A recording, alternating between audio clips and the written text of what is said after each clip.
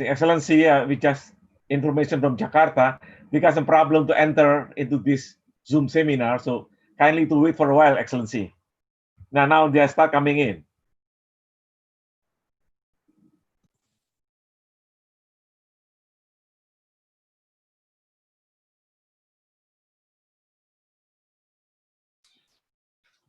Yeah, people are coming in, Pak Indro. Now we have 56.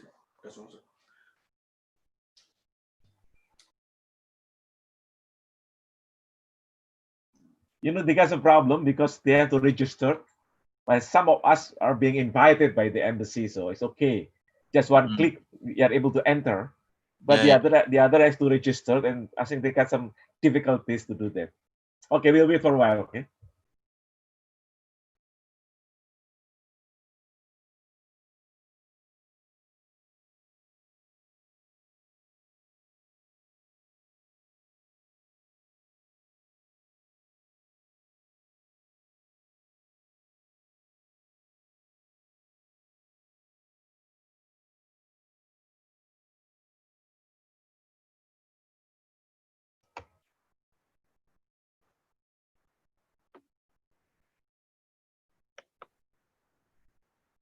Good morning, Pak Indroyono. Good afternoon, Pak Hafaz. Yes. Good morning, ladies and gentlemen. Good morning, Pak Ervan. Hello, good morning, Buliana.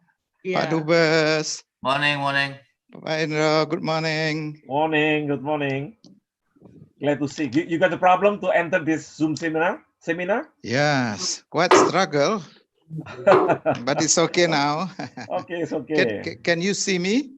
Yes, very much. Yes. So I think you are in the somewhere in Bali. The background is like on the beach. You better don't disclose that, Pak. No, it's just a virtual background. Excellent. That shows that we are in Indonesia, tropical paradise. Yeah, now it start entering, 61 participants already.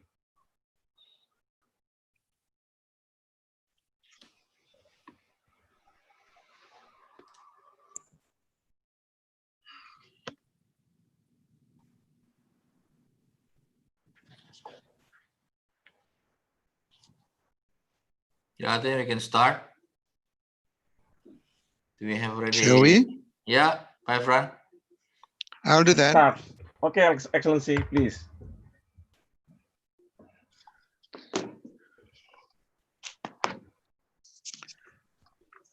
Good morning, Berlin. Good afternoon, Jakarta. Distinguished Excellencies, distinguished speakers, panelists, participants, dear colleague, again, very good morning, good afternoon, Assalamualaikum. Today, Monday, 29th July, 10 a.m. in Berlin and 3 p.m. in Jakarta. Can you hear me okay from all places? Yeah, is that clear? Okay. So it's a pleasure to announce that under the patronage of His Excellency Ambassador Hafaz Ugroseno, in collaboration with the Indonesian forestry community, we got this timely engagement for a kind of a modest discussion on the issue of timber and timber trade from the trade perspective. So the trade aspect of it. I've been asked to serve you as a moderator for this session. And I pose a question to myself, where do we stand? Well, where do we stand before 2020? May I just refresh our mind that Committee on Trade and Environment 2003 of World Trade Organization has deliberated that trade and sustainable forestry are mutually supportive when cross-sectoral collaboration and coherent policies are in place. Stemming from there, then debates in international arenas continued with how to attain, how to implement, and everybody is seeking of fair trade from both sides of supply and demand. And then we arrive 2020. To some, this is known in Latin as Anno Horribilis, meaning the horrible year. So we never imagined and anticipated earlier that there are third party involved in the supply and demand, invisible third party. So we are facing the pandemic. All in all, now we observe production cut back, upstream and downstream. We heard note here and there, a problem of processing line, transportation, higher cost, labor, etc. on the production side. And then on the demand side, lower demands for most, maybe not all, wood products. So the context of our dialogue today is seeking the new balance of possible, if possible, or the supply and demand, but boosting our resilience, economic resilience amid this new, totally new challenge. So we will zoom on those issues later, much obliged as an expectation for the panel discussion. Ladies and gentlemen, my dear colleague, as this is a virtual meeting, it requires more tight time and discipline. So we should be adjourned by 2 hours from now. That is about lunchtime in Berlin and about sunset time in Bali, if it happens that you are hiding there. So, dear colleague, I take the liberty to divide our virtual meeting in 2 parts. On the first part, we will have a highlight from government, high-ranking government official, from the community association, and later on the second part, we should be efficient. We are going to feature 4 panelists for panel discussion. So without further ado, we should commence with the first speech. May I now invite His Excellency, Ambassador of Indonesia in Berlin for Germany, His Excellency Hafasugroseno. Your Excellency, please. Thank you very much, Pak Efran, Excellency Indroyono, and also many colleagues here in Germany and also in Indonesia. I also recognize a number of colleagues from different embassies in Europe. I recognize my colleague Pak Iman from Brussels. So we have someone from our embassy in Brussels, which covers European Union, to also be here today. Once again, thank you very much for being able to be with us today, discussing about the timber trade, Indonesia and the world in general, and also in relation to bilateral trade between Indonesia and Germany. Probably in this panel and also in whoever comes in the discussions, probably I am the longest civil servant in dealing with SVLK and FLECT.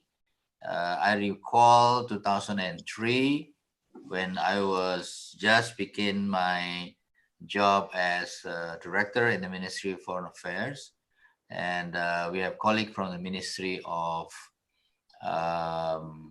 Forestry of Indonesia who we had a meeting in 2003, and we are starting to discuss on the issue of of the timber certification and how this would impact on our global posturings. And then when we started negotiation with the EU 2005 informally, and then all the way until I happened to be ambassador in Brussels, and I was the one who organized the signing of the FLEGT with the EU and also taking it to the European Parliament. I spent a lot of times. I spoke with 56 different members of European Parliament, and I spoke with 5 Belgian Parliament, because Belgian Parliament is not easy. We have to speak with the federal parliament, the Senate, the French-speaking, the Dutch-speaking, and the German-speaking parliaments of Belgium, in order to make sure that they all agree with the ratification of FLEGT. So when it came into force in the 13, and then on the 14 we 2016 we have the first FLEGT. It was very satisfying moment for me.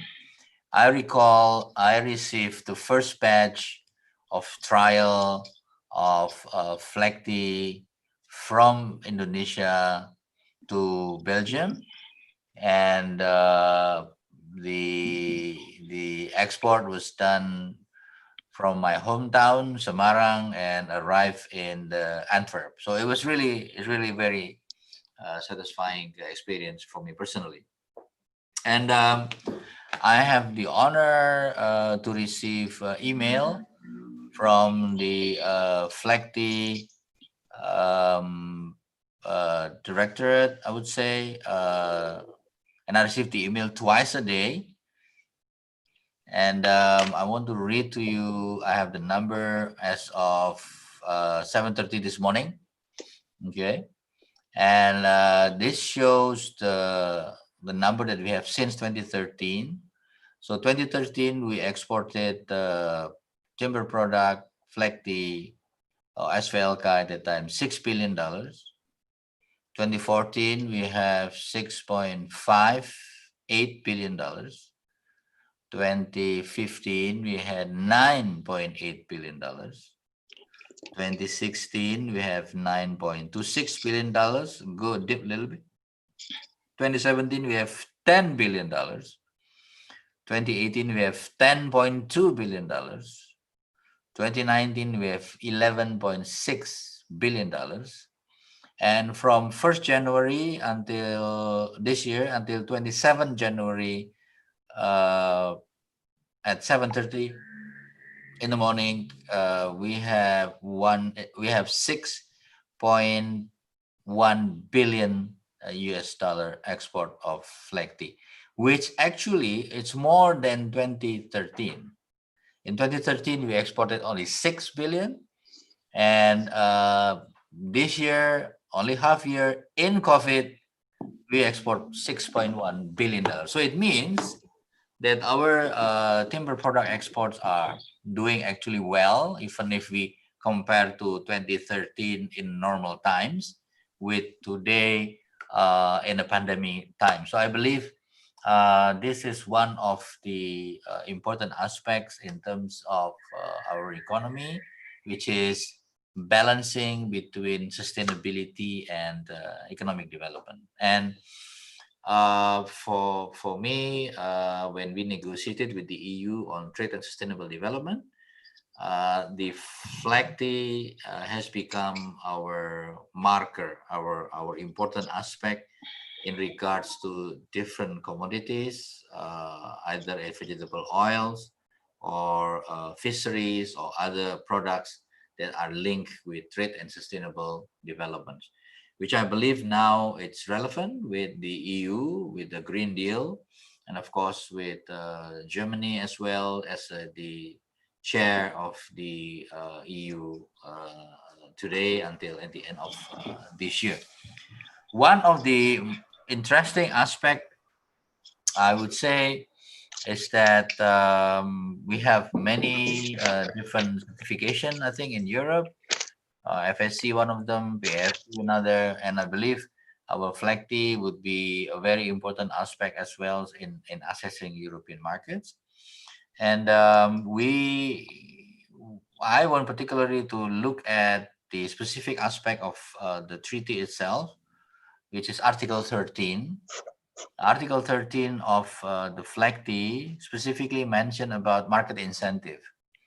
So in the market incentive chapter, the European Union is obligated to promote a favorable positions on the timber products covered by this agreement, especially timber product covered by this agreement in relation to FLECTI, and also public and private procurement policies need to recognize this FLECTI arrangement between Indonesia and EU. So this is a very unique aspect in our treaty with European Union, in which this balance the issue of sustainability and market access. So to be frank, sustainability is not cheap. Sustainability is expensive. You need to have extra cost, extra effort to get yourself sustainable. And FLECTI is a very good example whereby the market respect that efforts and bring added value to this sustainability aspect by promoting it in the EU market. And we look at the number, it goes up very high. So that's actually a very important aspect in this regard. We still see some Chinese timber coming from EU, so this is something that we need to do together, whether the Chinese timber are sustainable or not. So this is more politically sensitive, but I think APHI need also to look at the market that we are exporting, who are our competitors, and whether or not they are following the sustainability standard that we have already done ourselves in Indonesia.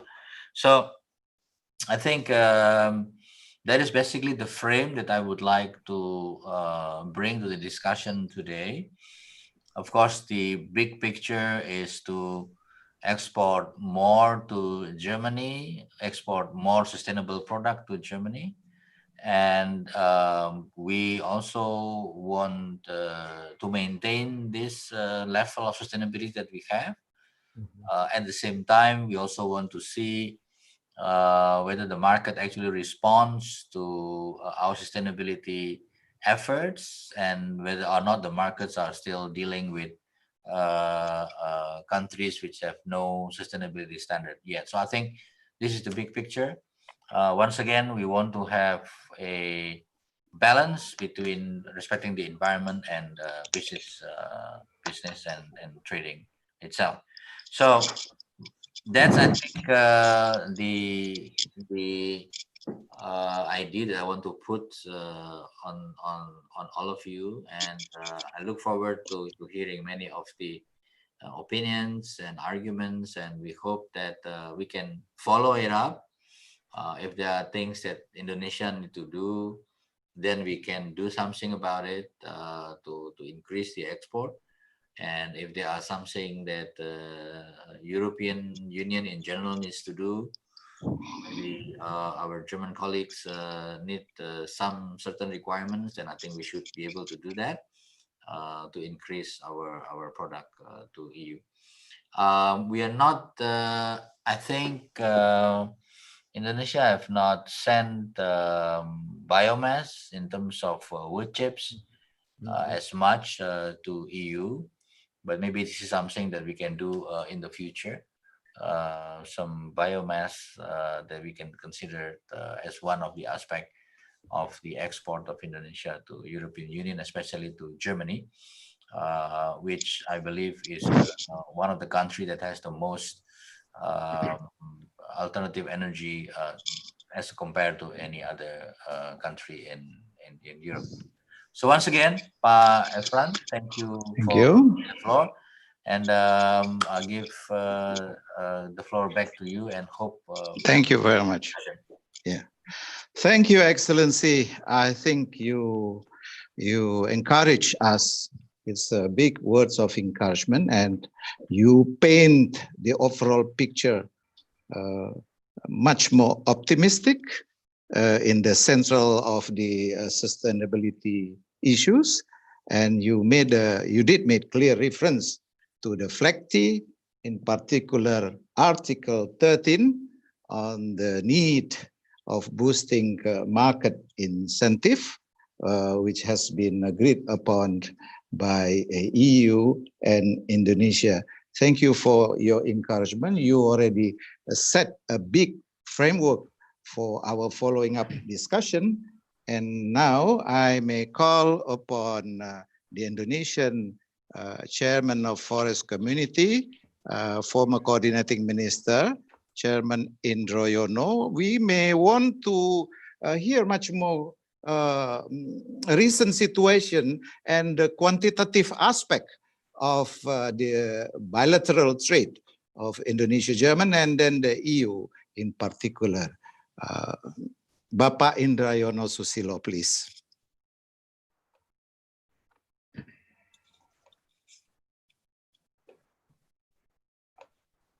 Thank you, Pak Evansyah.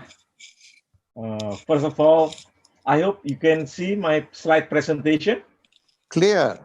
Clear, very good. So first of all, Excellency Ambassador Hafaz Ugreseno, thank you for organizing this event. Thank you also for the Embassy of Indonesia in Berlin for organizing this event. And I'm very happy to learn from you. You are one of the initiators of the SPLK in 2003. So already 17 years ago. So we like to learn more from you. And thank you, Dr. Evansyah, for organizing as a moderator. Dr. Evansyah is the senior advisor to the Minister of Forestry and Environment.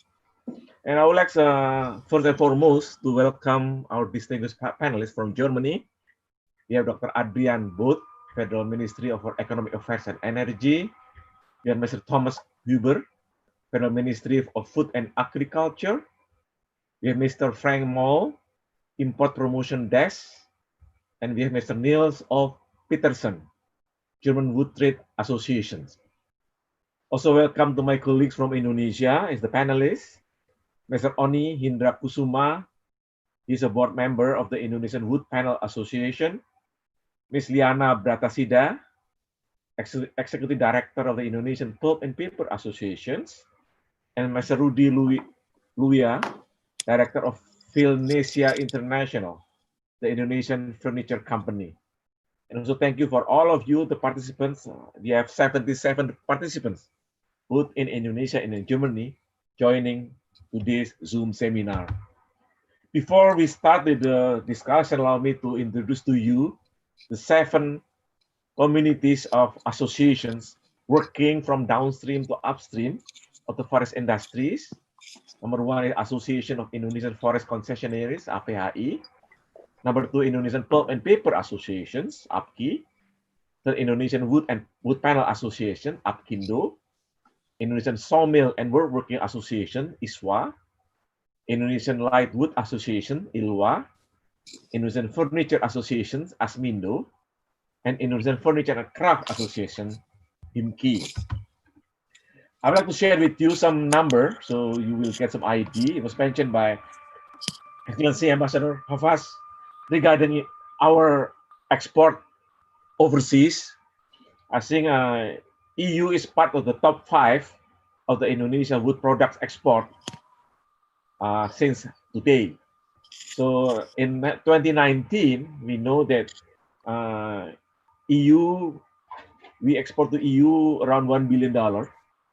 When I learned from our ambassadors in EU, Excellency Yuri Tamrins, the EU, the 28 countries of EU, now become 27 because maybe UK will already leave EU.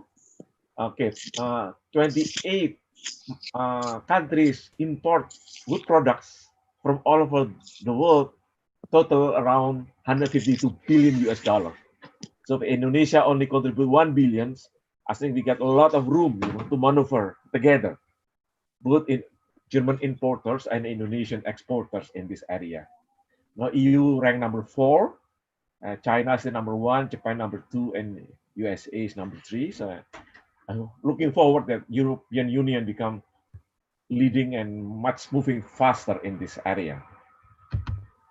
Allow me also to inform you the status of Indonesian forest products export to EU during these COVID conditions. I like to share with you some numbers.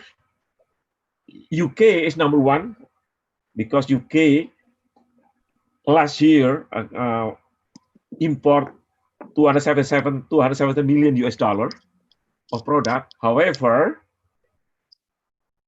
until June 2020, we have a minus 23% export to UK. So only it's around 110 million US dollar until June this year. Number 2 is the Netherlands. I think last year Netherlands contribute around 220 million US dollar. And the first 6 months of this year, I think there was a drop of minus 6% as compared to last year to the Netherlands. So how about Germany? Last year, Germany import wood and wood products from Indonesia is around 155 million US dollar. And in the first 6 months in 2020, I think the import of Germany from the Indonesian wood and wood products is nearing 70 million US dollar. So there's a drop of minus 18%. We are looking forward that by this discussion today, we still have 6 months ahead of us. Let us find possibilities, try to overcome the issues, and hopefully that we can at least par as of last year export of Indonesia to Germany in the wood and wood products. Now let us see how's the conditions of our products export to Germany from January to June 2020 as compared to January to June 2019. In total, I think, as I mentioned to you earlier, it's minus 18%. However, let us together try to see some issues, which is among others a panel. I think the panel is minus 20%. It was to be 22 millions last year during the same period. Now it's 17.5 millions. And also, I'd like to seek your attention also in the woodworking. It's minus 36%. And number 3, of course, paper is minus 47%. Those are the big 3 which need to be pushed. In the meantime, thank you for number 3 and 4. Wood furniture and handicraft is still increasing. So 2 dark color and another 7 red colors. We looking forward that by the end of 2020, all the red colors become dark colors. So the current situation shows that Germany and Indonesia, including their business communities, are in the transition period moving toward post-COVID-19 new normal. So we are here ready to discuss joint trade and investment issues in forest product industries. We are here today to improve both countries' strategic cooperation in forest industries through business-to-business dialogue. So what is the target to be achieved through this dialogue? I'd like to propose to you at least 5 issues to be discussed today. First, from the demand side, from the German side. So please inform us what kind of wood products needed by Germany, the German consumer, both in quantity and quality. And also, I would have mentioned by Excellency Ambassador Hafaz regarding the flag tea. I have to reiterate and also to inform you that flag tea or SVLK actually both regarding legal wood or the wood legal and also sustainability. Sometimes we forgot to introduce the sustainability of the flag tea, and I think flag tea is the most advanced compared to other countries, which is now moving toward flag tea also, like China, like Vietnam. So for that, I will have to looking forward from my German counterpart, what kind of quantity and quality you need, what kind of product you need, and how what is a niche market that maybe we can break through together, including how to overcome the minus 18% it was achieved in the first 6 months of this year. The second from our side, the Indonesian side, please from Indonesian producers and exporters, please respond to what the German need on this, the type of product, quantity, quality, and the readiness to fulfill new or the national product as requested. It was mentioned earlier that to EU alone, the EU countries import 152 billion US dollar of wood and wood products export, but Indonesia only share 1 billion. So we've got a lot of room to maneuver. Suppose that if from 1 billion to become 2 billion US dollar is already very big for Indonesia, but for EU still very small as compared to the size of your market. Number three, third, please see what kind of challenges that we are facing together, and we try to find solutions to do this. We are very fortunate in Indonesia because of the COVID-19. Yes, of course, there is some problem with our health problem, the economic problem, but also the government provide a lot of incentive and a lot of relaxation given to all industries, including forest industry. So let's use this opportunity to move forward together. And number four, the opportunity to increase investment in Indonesia. I think this is also some of the possibilities. I invite many of my colleagues, please do come. Okay, even though sometimes we move toward sometimes from in the Far East. However, I would like to invite my German colleague also to join if you would like to invest in Indonesia. A lot of incentives, a lot of facility given by the government to do this. Ambassador Havas mentioned regarding biomass energy. Allow me to inform you that there are so many plantation forest area available to be jointly collaborated to work for the investment on biomass energy. Let's use Indonesia as the biomass energy heaven, like the Saudi Arabia is the oil and gas heaven, because biomass moving towards green energy. And Korea, for example, now they are looking forward to have a program with plantation forests in order to achieve their target to change all the all the power plants using coal into using biomass energy. And fifth and last, let's follow this in meeting with a follow-up action together, doing business transaction. And we have a list of participants of today, what do you call it, Zoom seminars. We have a phone number, email address, website, and so on. Let's proceed together and to find out how can we improve our collaborations in this arena. So thank you very much, Mr. Efron, sir. Thank you, Pak Indroyono Susilo. As you witness, Mr. Indroyono Susilo put clearly the menu on the table. So we're gonna treat that soon after the two high office officials from the federal Germany side made a statement. So may I invite, it is an honor to have Mr. Adrian Bothe from Federal Ministry for Economic Affairs and Energy, whereas we would expect to hear much more about overall economic bilateral situation and relationship between Indonesia and Germany. Mr. Bothe, please. Yes, thank you very much indeed, Mr. Moderator. So, Excellencies, colleagues and friends from Indonesia and from Germany, it is a great pleasure that I have the opportunity this morning to make a small contribution to the seminar.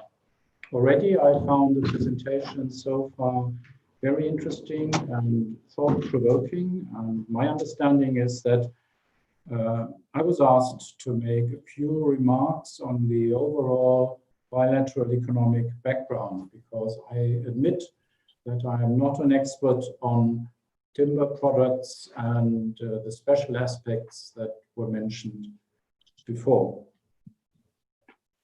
Germany and Indonesia share a close friendship, which serves as a basis for our political and economic cooperation and as a driving force for our bilateral relations for more than 150 years.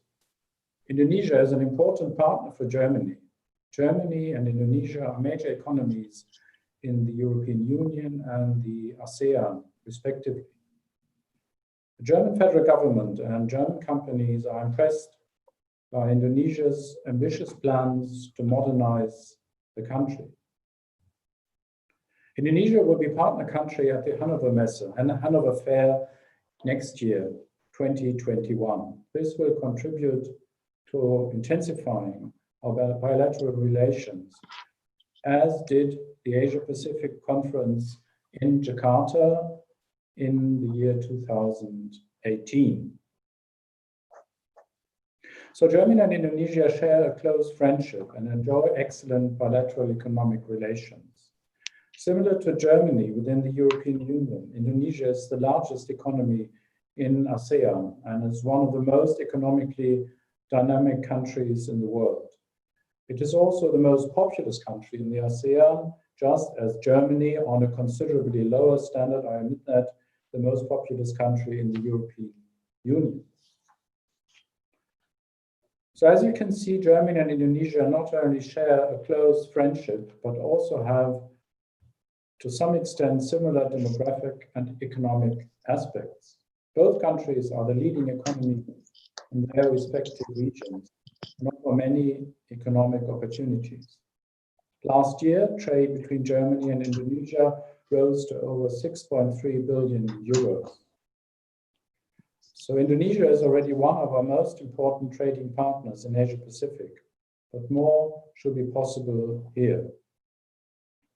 Let me insert at this point that we here in the Ministry of Economic Affairs and Energy have an excellent working relationship with the Indonesian embassy in Berlin. And so we develop ideas and we set up plans and we try to foster initiatives on how to make active contributions to improving the trade and investment relationship. So currently, this is not a secret. Why should it be a secret? We are thinking about possibilities for relocating German companies that are not yet in Indonesia, but maybe so far have been more active in a big country to the north of Indonesia, but may think or may be thinking about changing their location. So this is something that we would like to foster to the extent possible by civil servants. Indonesia's economic dynamism is the result of and is reflected by its highly successful companies. So it is very important that the European Union and Indonesia are currently negotiating a free trade agreement. It's the Comprehensive Economic Partnership Agreement. Ambassador Obrozeno already alluded to it.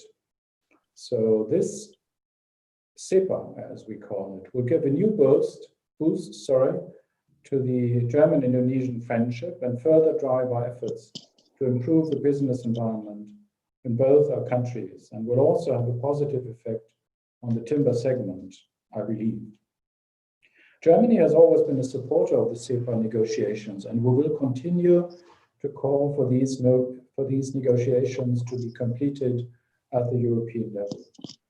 Because CEPA will create predictable and reliable rules for companies and the administration, and therefore encourage German and Indonesian companies to invest and work together.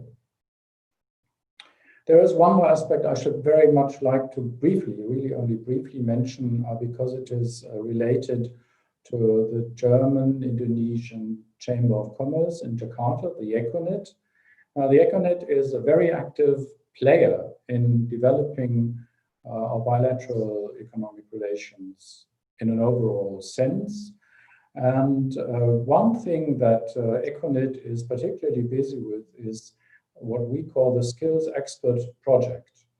Now, the Skills Expert Project, and I'm not going to go into any details, in essence tries to let's say, transfer certain features of the famous German dual vocational training system to the extent possible to the situation in Indonesia. We believe that this is something that helps companies, that helps employees, that helps researchers, and it can give a boost to our bilateral investment and trade relationship.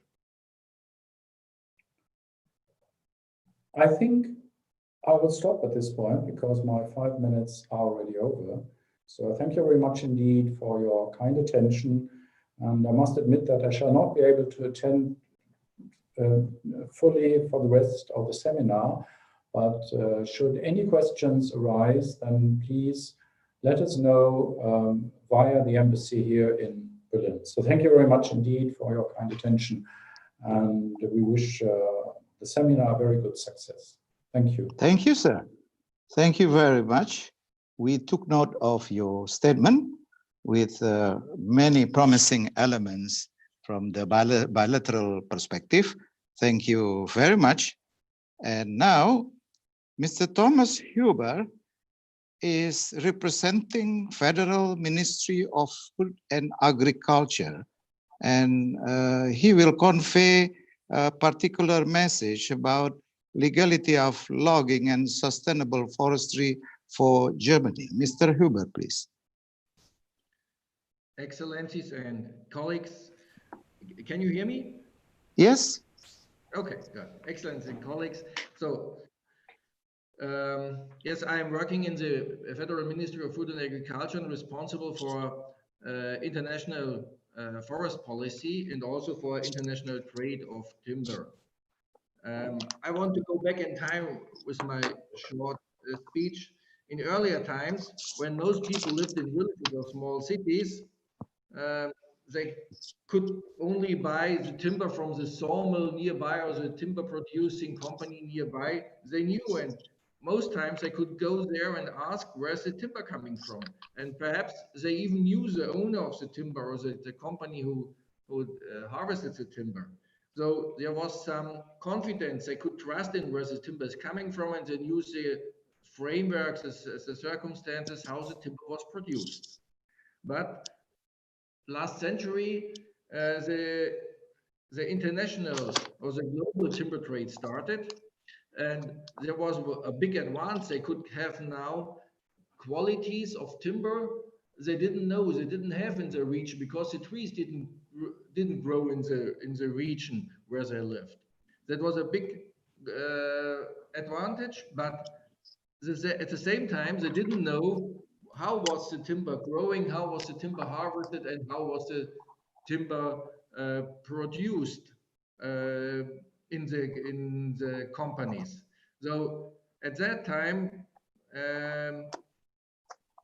the confidence about production frames was going down, and that was the reason when in the last century, in 1982, the first certification system started. The certification systems like FSC and BFC wanted to show this timber is produced sustainable and also legal, and give back the confidence about how the trees are growing, how the timber is harvested, and how the timber is processed. So they wanted to give back the confidence about production framework of the timber products. And the next step was then about legality. So in Middle Europe, or especially in Germany, a lot of reports you could read the last 20, 30 years about devastating harvesting of trees, of deforestation, especially in tropical and subtropical regions. And that was again some loss of confidence and trust in about the forest management and also about harvesting. So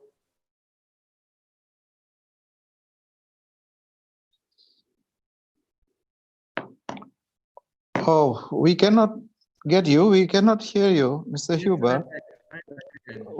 So, do you Yeah. hear me again? Yes, Okay. can you expose And, yourself closer to the mic, please? Okay, I do closer to the microphone. Better now? Yeah, Yes. much better. Okay. And then the EU started the FLEGT and EUTR, and now we are trying to get back the confidence of the consumers to the timber, especially to the tropical timber. We have a need for tropical timber. That was the question you asked. Which products do we need in Germany? We need products who have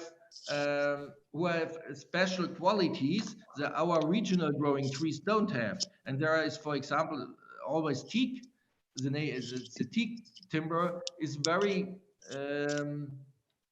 as I loved in Germany, but we don't have enough sustainable and grown and legally produced timber in Germany, especially the good qualities. So one example is we need slowly grown teak timber in Germany, and we need this timber with some certificate and approved legality. That is what we need in Germany or what the consumers want. And that's the reason why the trade with Indonesia is so important, because this is the first country we have the volunteer partnership agreement. The EU has a volunteer partnership agreement, and we can show it is possible to have tropical timber with special qualities, with very, very good qualities, and you can have it sustainably grown and you can have it legally harvested. And this is the way to give back to consumers the trust, the confidence about this timber, because we have some people, some consumers don't buy timber anymore because they don't know or they don't believe in that it is grown sustainable and harvested legally. So we have to fight for especially tropical timber to get this confidence in growing and harvesting of the timber back. And there is a big role that has Indonesia. And now we have a big advantage that since 3 or 4 years we have the VPA, that this timber is coming into Germany because this is legally harvested. So that's a big role of Indonesia and Indonesian timber coming to Germany. And I think we have a big market for the special qualities of tropical timber, because we don't want to timber with chemical adds to get a higher quality, and the tropical timber has by nature the higher quality. So that's the reason why timber from Indonesia is very interesting for German consumers. So thank you. That is my the item I would tell to you. Thank you. Thank you, Mr. Huber, for your intervention. Thank you very much. We took note. And now we just concluded the first part. We are entering the second part of this Zoominar, this web seminar. And may I have your attention a bit? Please, we will have 3 panelists from the Germany side and another 3 from the Indonesian side. And I would like to appeal each panelist respect maximum 5 minutes and avoid lengthy presentation. And you may wish to feature slides, if any, 1, maximum 2 if needed, but 1 should be sufficient. And may also have your attention on the chat. Please feel free to type in the chat and address your comment or your question to any particular panelist who will be featured soon. Believe me, we will have no time to pick up every question. But however, I dream to mobilize the end discussion, 20 minutes, for as much as issues as possible to be refilled, and the rest of it can be dealt with email by the panelists and the participants in bilateral fashion. And there is chat there, and I also would like you to be careful with the mic. Mic should be, please secure it should be mute, so there will be no intervention during the presentation of the panelists. Do I have the panelists? 6 of them are here. Can I check first? Mr. Thomas Gubel, are you there? I'm sorry. Excuse because, me, Mr. Franza. Yeah. Yeah, it should be of Mr. Frank Maul first, from the representative from Germany, and then we can go on for the dialogue. Apologize. Yeah, Mr. Frank Maul first, right? Yeah. Okay. Upon your request. So, Pak Evansa, Mr. Frank Maul, yes, another request? Yes, kindly, I would like to propose that let the Indonesians ask question with Bahasa Indonesia, and you will translate into English and ask to our German colleague. So let them ask. My goodness, Mr. Chairman, that is not our term.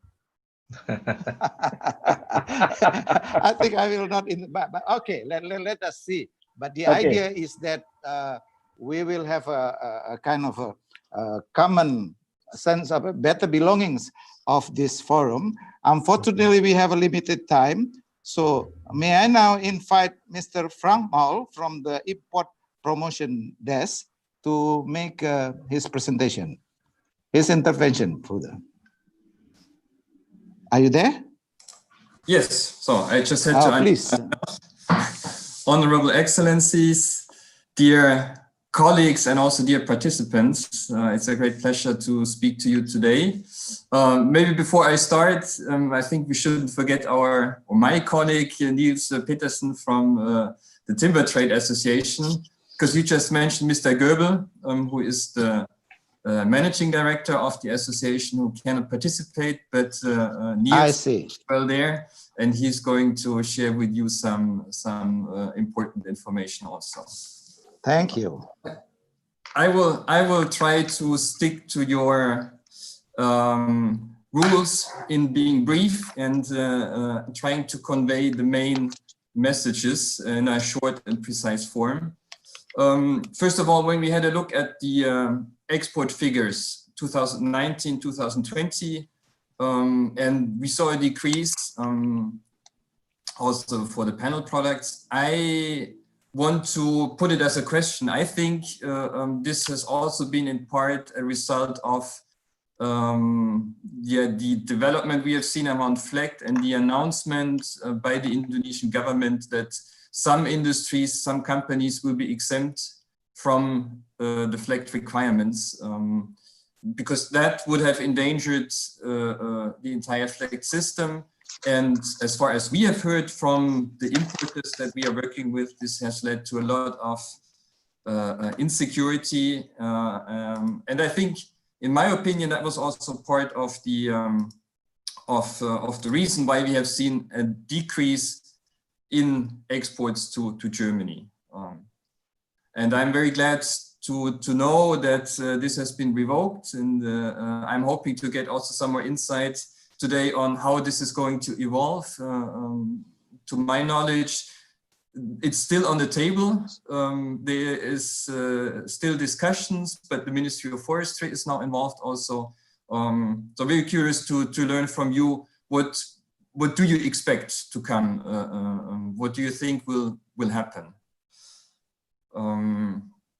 That's one point from my side.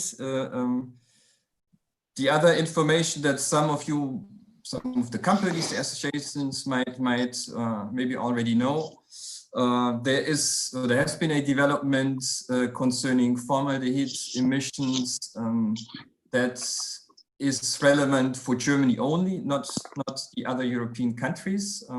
A new testing method has been required as of January 1st this year, which basically leads to a reduction by half of the formaldehyde emission maximum values in Germany. This is something from the side of the producers in Indonesia. I do not see a big problem because many of the producers that we work with, they already fulfill CARD 2 requirements. So it's not a problem for them to meet the requirements. The challenge now is only to prove the correlation of the different testing methods, to have that once and for all settled, that there is a correlation between the different testing methods and that the products the Indonesian producers supply, they meet these new requirements in Germany.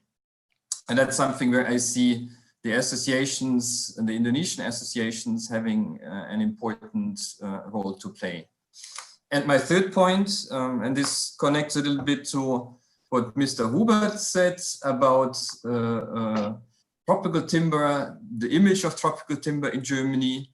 I fully agree. There has been a lot of campaigning against tropical timber in Europe in general.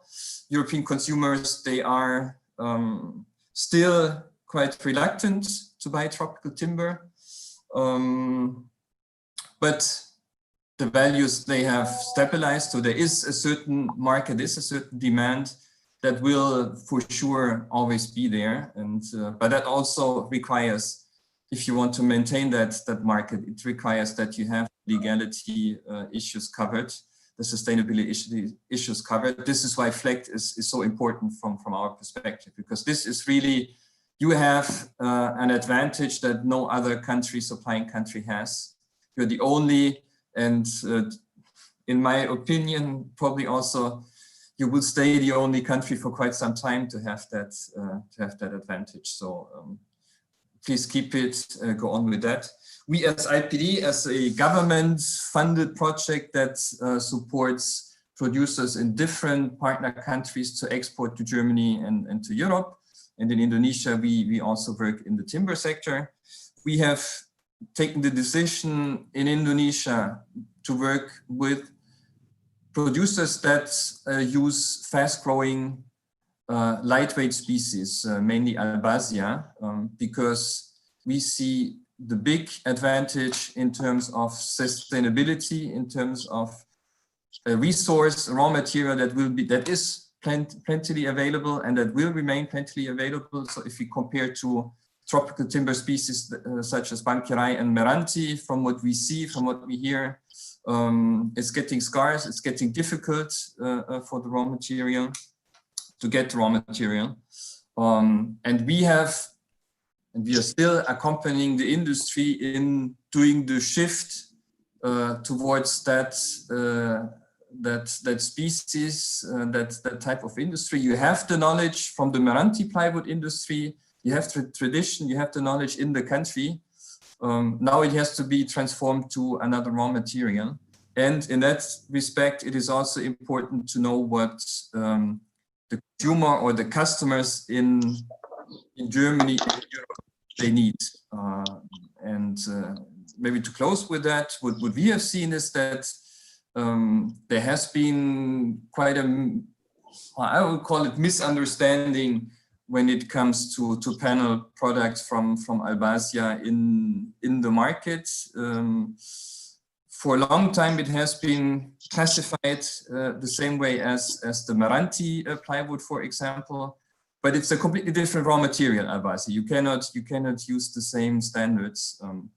What you have to do is you have to understand what can that material be used for, and then develop adequate solutions. And the main challenge or the main development that we need to see from the producer side is that they come up with solutions that can be surfaced, because in the end, a lot of these panels, they go into, for example, the caravan industry, the furniture industry. They will not be used in the form that they are being exported to Germany, but they will be surfaced in Germany. And for that, you need a surface that is harder. So with the Albacia, this will not work. And we are working with different producers on developing, finding solutions. There's a couple of ideas that we are having, and we want to encourage all producers to follow up that path and join us in that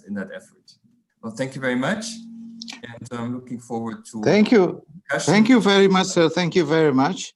And now we move on to the private sector's representative. May I call upon Mr. Niels Olaf Patterson? Absolutely. Thank you. Can you all hear me well? Thank you very much. Okay, perfect. Thanks very much, Mr. Facilitator, Mr. Ifran. Good morning or good afternoon, you, wherever you are, may choose from the two. Good morning, Your Excellency, Mr. Ambassador. Good morning, good afternoon, ministers, dear ladies and gentlemen, and dear friends and colleagues from Germany and Indonesia. First of all, thanks very much for the invite and for giving us as the private sector, as German Timber Trade Federation, the opportunity to speak to you and to discuss certain matters of importance or relevance for mutual benefit and mutual participation in the timber trade. My name is Niels Olaf Petersen. I'm working for the German Timber Trade Federation. In short, that's GD Holz, Gesamtverband Deutscher Holzhandel. And I'm working in the Timber Trade Federation for 7 years now. And I am currently busy working in the sector of foreign trade. So overall in Germany, we have around about 800 member companies. Out of those 800 member companies, there's roughly 130 companies in the sector of foreign trade. So that's mostly the importers and foreign traders. Basically, these guys import your products and they either sell them within Germany, Europe, or to the rest of the world. For these foreign trade members, I am working on the matters that have already been mentioned, mostly, such as EUTR, FLECT, VPAs, SVLK, and especially sustainability and legality issues, but also other matters of the foreign trade, for example, phytosanitary issues or customs-related issues, but also like Frank Moll mentioned just now, the topic of formaldehyde has kept us very busy the last, well, 3 quarters of the year, you can actually say. There was a huge change for all the panel importers, which brings me to the first point that I would like to mention very quickly. Panels, don't worry about panels or about export numbers from Indonesia going down a little bit. We are analyzing the turnover in terms of products among our German member companies, and the turnover in panels has shown within the first half of 2020 has shown a slight decrease in panels as well. So it's not just the export of Indonesia that might have suffered a little bit, it is the sales in Germany in panels that has suffered a bit as well. Panels make up round about 34 to 35 of the turnover share in our German member companies. And this share has decreased a little bit in the beginning of the year. Not just in cubic meters, so in volume, but also in terms of turnover share in general.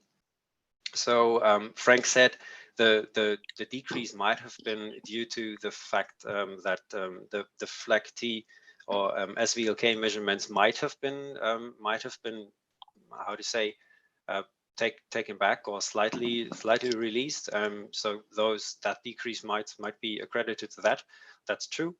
And this then also leads me to the second point. We are extremely happy that this decision by the Indonesian Ministry for Trade has been revoked. And in this respect, I would really like to thank the cooperation between the Indonesian embassy in Berlin, especially to Mrs. Nulisa Afani, who I think is also participating. She's been very great in giving us firsthand information. I also collaborated with the embassy on some other issues. Also, Frank, we shared some insights about that. Thanks to you very much as well. And yeah, in a nutshell, second point to conclude, I'm very happy that this decision has been revoked. It would have been a big threat, not just to the trade between Indonesia and Germany or the EU in a bigger picture, but also to the image the FLECT, SVLK VPAs have, and perhaps even would have been a threat to the process in other countries, hampering the progress in these countries. So we're extremely happy that that announcement was not has been revoked. And yeah, I'm very keen to hear what if there is anything to follow into this matter. Third point, as a lobby organization, like we are also working on trying to implement SVLK or the FLECT process in general into public procurement in Germany, of course. The simple reason is public procurement is demanding for not just legal timber, but also for sustainably sourced timber. And we don't see any hindrance or hampering why SVLK timber or FLECT timber should not be allowed as such as sustainable timber into public procurement. So that's a very big field we're working on. But obviously, you guys knowing the federal system in Germany with like 16 regional governments, that is quite a nut to crack, because you basically have to work with 16 small governments, so to say, and convince them about implementing SVLK timber as sustainably sourced timber into public procurement. But for us, that will be a very big goal, and that's also another long-term issue we're trying to achieve, to also opening up more opportunities for sustainably sourced and legal timber. Fourth point, would like to reference Mr. Huber. Some of the points he mentioned were extremely important, and especially he was talking about the confidence in legality and sustainable timber has suffered throughout the last 20, I would probably even say more like 25 to 30 years. In the beginning of the 90s, we had huge discussions in Germany about tropical forests being chopped down, being burned, being transformed to other kinds of use, and this has damaged the image of tropical timber. And this he said confidence, and that's a perfect word for it. The confidence among consumers has not yet entirely returned to tropical timber products, and we as GD Holz, as German Timber Trade Federation, we're also working to bring back this confidence, because the arguments that were correct in the 80s and 90s are not entirely correct anymore from our perspective. Nowadays, there is legal timber from the tropics, there is sustainable timber from the tropics, and brilliant and beautiful species that by far supersede or exceed the properties of the timber we have regionally or even within Europe. So my message, and that to conclude, Mr. Facilitator, is keep working on it. We're doing the best to open up and keeping open your markets for legal and sustainable sourced timber. Thanks very much. Looking forward to your questions. Thank you very much, Mr. Niels Patterson. I think you and Mr. Huber made quite attempts to satisfy or to respond to some issues set earlier by the Indonesian counterpart, in particular on the first session. So thank you very much. Now we have the remaining panelists. I got 3 colleagues from Indonesian private sector who will make intervention. Just to make sure that they are here with us, Mr. Oni Indra Kusuma, Dr. Liana Bratasida, and then Mr. Rudy Luvia.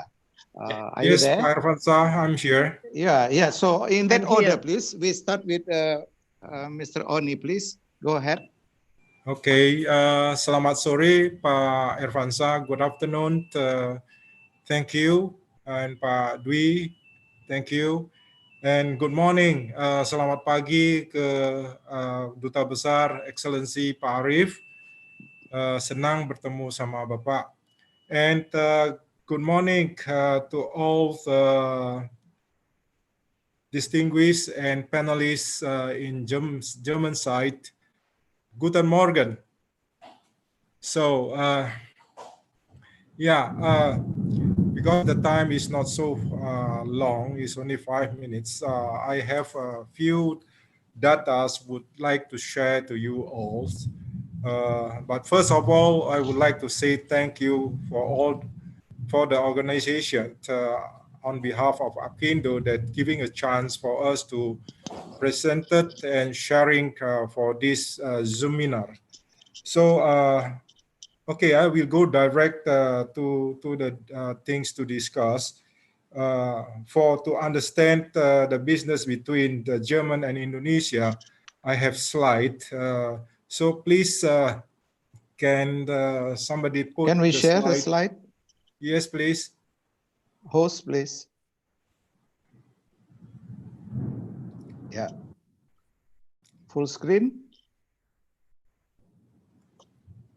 Yeah, Okay, thank you. a little bit to the right. Now to the right a little bit. The first to left side, or maybe this is make it minimize a little bit. Minimize. I would like to talk about the left side. This one? No, left side. Oh, the first one. The first one. I think this is in one slide, but we can see that very clearly, Pak. Oh, okay. If you can see very clearly, then the left side of the data, that is the bilateral trade Germany on panels products, because Apkindo is specialized in panel products, especially the plywood. So the HS is 44120. This slide can shows the quantity and value between 2017 to 2019. That is the figure of the totally German imports from all over the world, compared with the German imports from Indonesian side.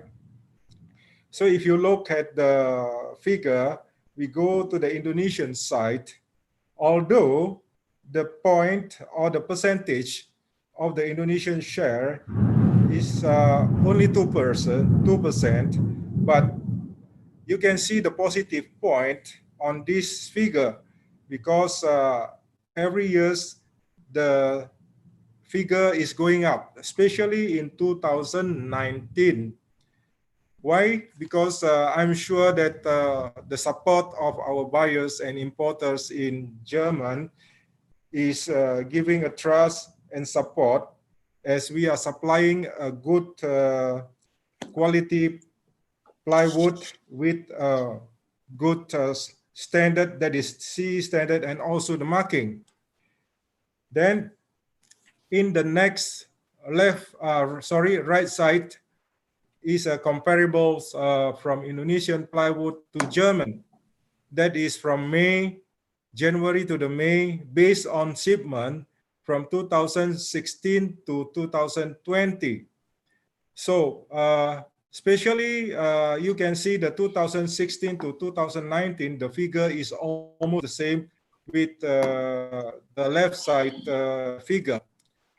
But if you look again in 2020, that is, I would like to show you that although in these 3 months that we have influence of COVID-19, in January to May, we still can export about 6,000 or about 60% from last year. That is very good, and we are happy about that because of the support from our buyers from the German. And we are really looking forward that this volume can also be increased. Of course, not this year, that we understand of the COVID, but we are looking for the future. Then because of that, we are also having a discussion among our member. Yeah, we have some things to come out, how to increase the Indonesian plywood market share. And I have 3 points here, but the first point that everybody, starting from our ambassador and others panelists, is also already saying regarding the SVLK and the FLECTI is a very important for the certification. But only one thing what we feel is that the end buyer, really not everybody knows that SVLK or FLECTI is not only legality, but also sustainable. So seems that this is lost in the market or the end buyer information. So in this point, then we would like also the assistance from our German side, how to promote this, how to socialize this information that the Indonesian plywood SVLK is not only legal, but it is sustainable. The point number 2 is to endorse the timber procurement policy in the buying side. Just now, Mr. Niels Olaf Peterson is also saying about that.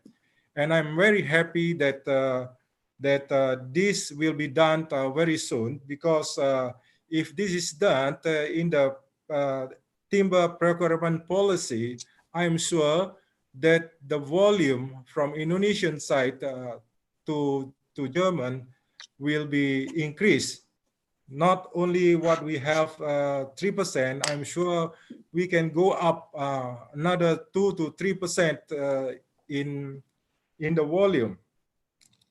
So the last thing is we need more information from the German side to give us an input how we access the other market that we still not yet coming in German.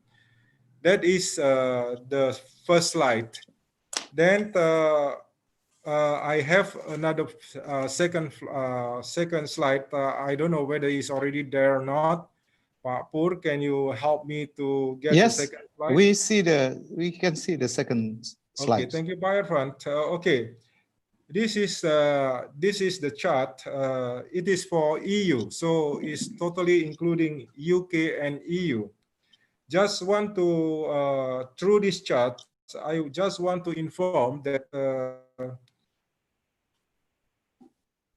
this January to April, the volume is not only falling down in German, but it is also falling down others EU market.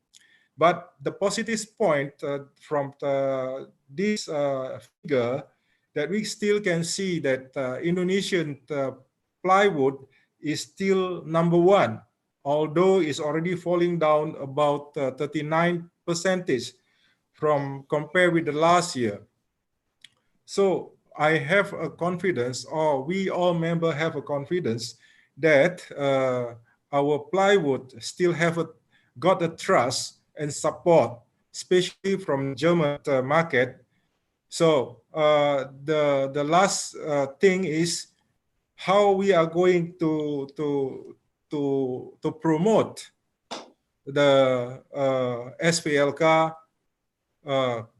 to downline until end of the end buyer. So everybody knows that the SVLK or FLECTI is legal and sustainable.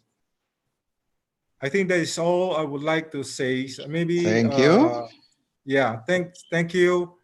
Terima kasih and Dankeschön. Ya, terima kasih Pak Oni Hindra Kusuma representing Apkindo. What I heard is not it's not bad news. It's not bad at all. That is what I got from you. And I underlined 2 points.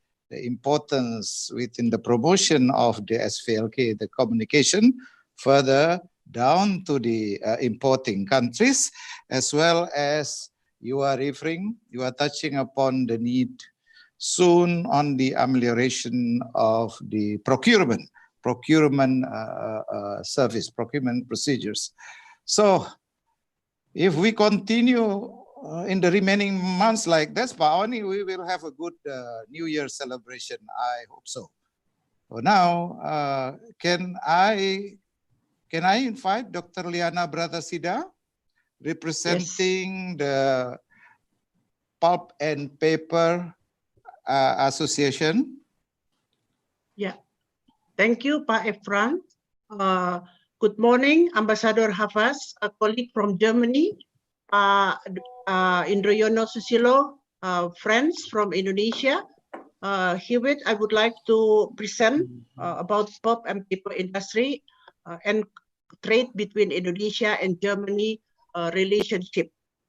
So as we know that Indonesia position in the world is for pulp production is number 8, while for paper is number 6.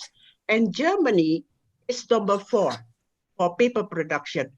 And Germany is the top paper production in Europe.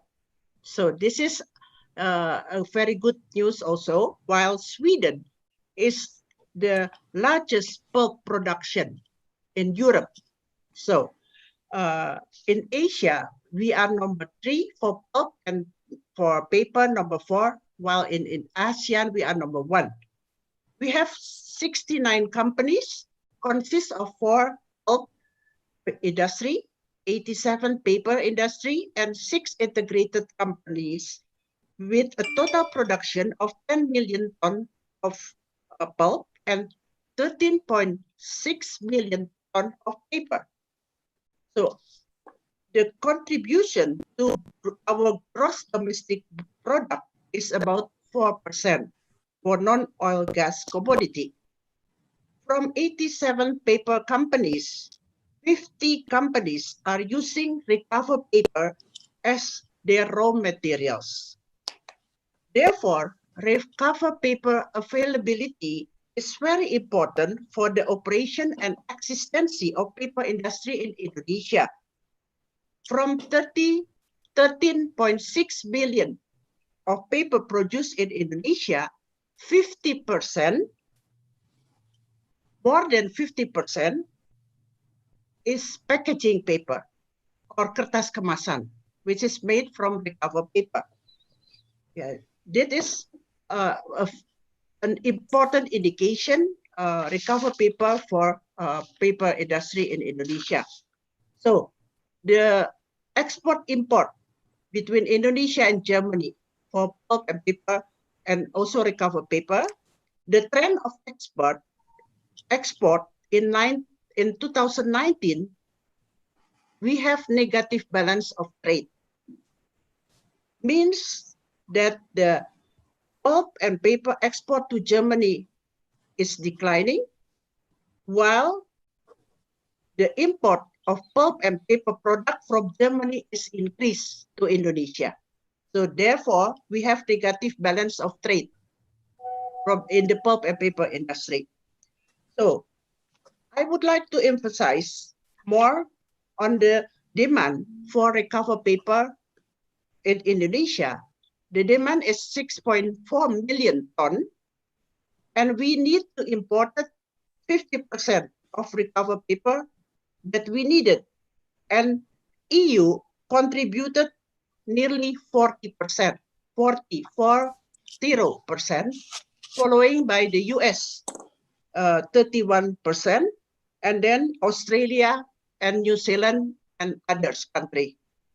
So Germany is a very important country that exporting recovered paper to Indonesia. Yeah, and I would like to emphasize also that recovered paper is not a waste, because why? Because the World Customs Organization, or WCO, classify waste paper or recovered paper with the harmonized system number 4707. So they have a tradable commodity. It is a tradable commodity internationally defined. And at the global level, we have 44 harmonized system for recover paper.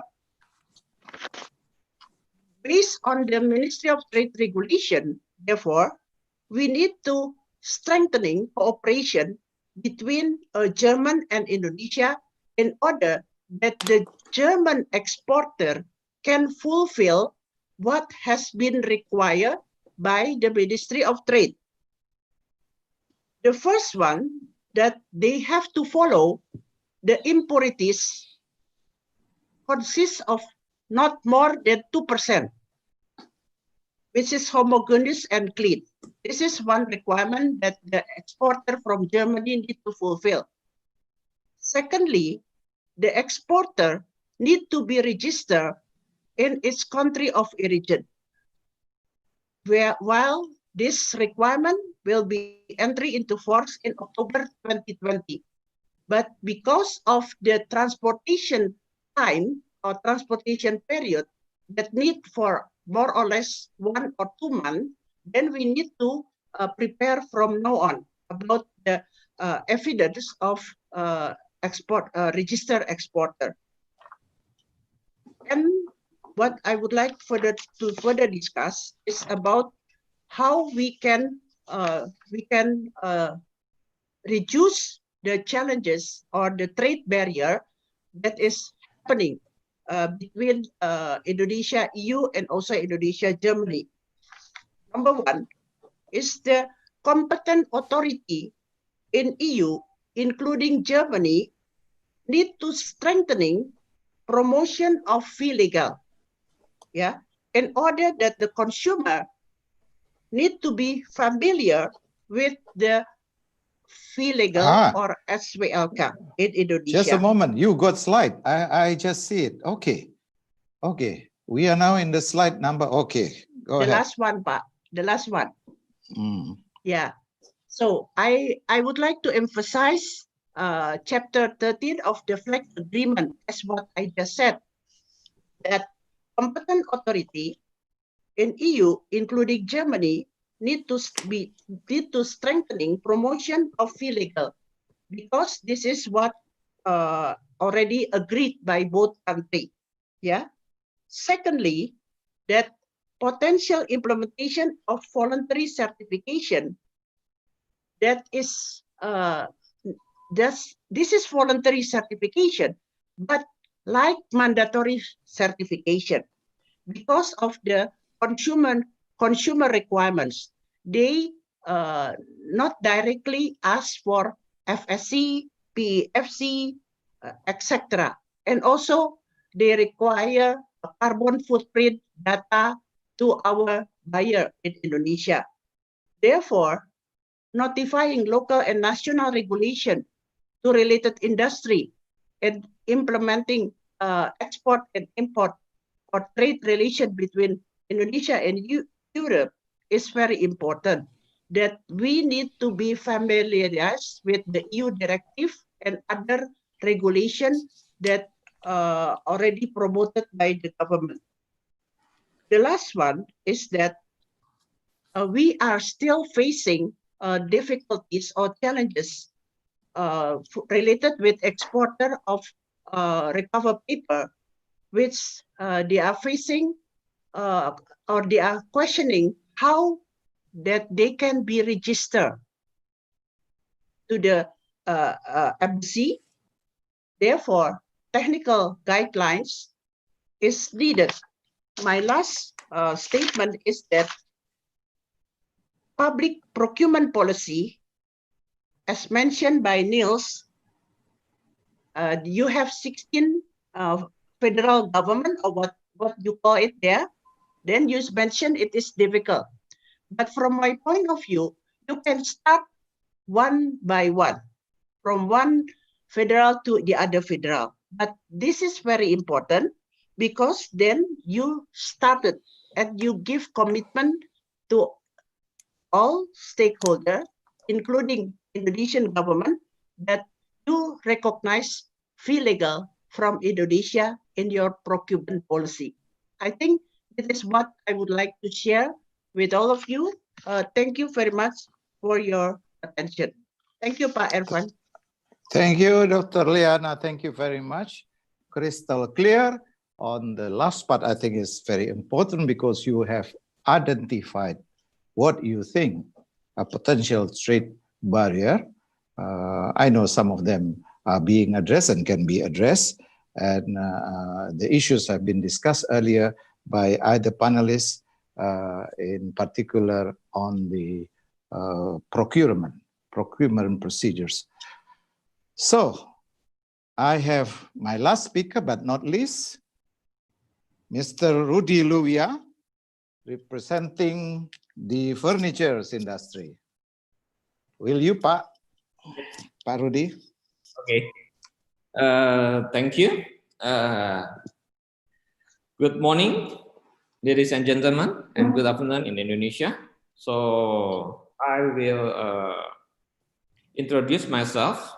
I running the furniture company in Indonesia. My position also in ASMINDO, in Association of Furnitures, and Craft. So we will talk also about our association. At this moment we have around 2,500 members. And then from these 2,500 members, and mostly of them is a small medium enterprise.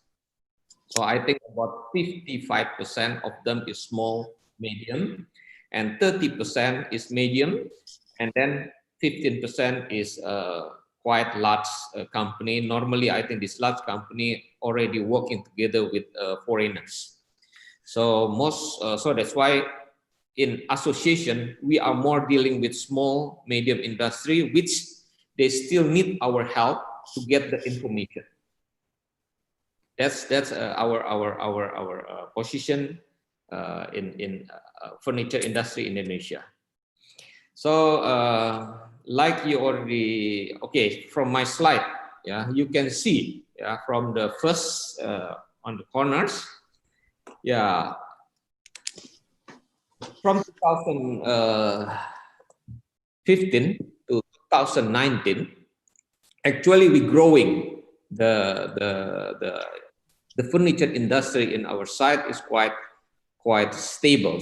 Not as good as a Vietnam. They are really very good in terms of going up over, but we are a little bit slow, honestly. If you see the market, we are not satisfied with this situation. Even at this moment during the COVID-19, like you see, we are still positive. 5% and 10% for handicraft. Pak Rudy, excuse me, what is your blue bar? Pardon? The blue color representing what type of features, and then the orange is the handicraft. I see. Thank you. So I think from previous, I think Mr. Indroyono already mentioned that we are still growing for both furnitures and also handicraft. And actually, if you see the next, actually our position, in the market is still very small. Even less than 1% from the world market. Actually, we have a lot of laborers, cheap laborers. We have a material. We have a rattan. We have a wood. Any kind of wood we have available here. But again, like furniture is like a fashion. You need creativity. You need to understand what the market needs. I think this is very important for us to understand. This is also our challenges, the problem, how our small, medium industry know what is the market need, especially German market. That's not easy for us, honestly. So that's why we as association, we try to give more and more information to them.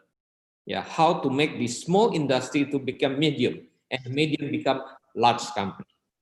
Yeah, this is a big homework for us.